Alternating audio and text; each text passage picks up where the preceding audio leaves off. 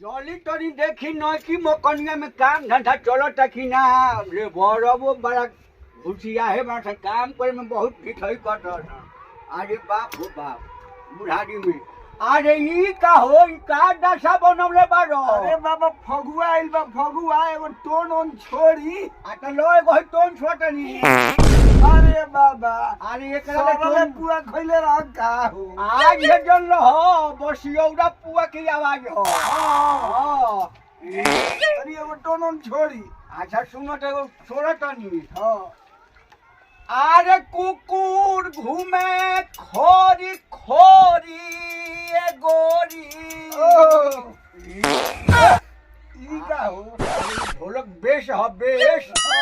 अरे कुकुर घूमे खोरी खोरी ए गोरी। अरे फागुन में रही लुका के। अरे कुकुर घूमे खोरी खोरी ए गोरी। हाँ होली आई बा। अच्छा लगा के लेबे आई बनी।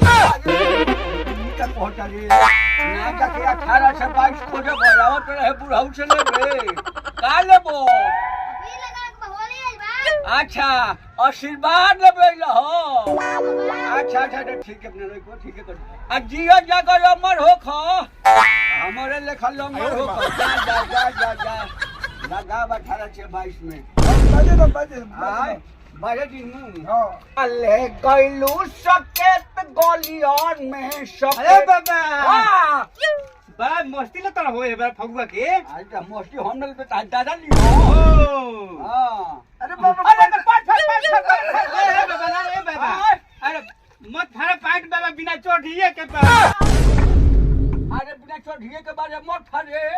हां बाबा बिल्कुल नहीं बाबा थोड़ी जोन गाव तो हतन का ना अच्छा एकरा पोछनिया। हां अच्छा उहे काई नु। हां गाव गाव अरे भगले गइलू सकेत गलियन में। अरे बाबा ए साले में लगा ना दो तो लगा के गुलहन भर मुंह आ तू का अरे गाव अरे भगले गइलू सकेत गलियन में सकेत गलियन में सकेत गलियन में। अरे बाबा अरे पाछे से कुकुर भभोरी ए गोरी फागुन में रही लुका। ए बाबा ताड़ी लेबा के हरिया देखी भर फागुन बचा रे स न त कोनो मार दिया सा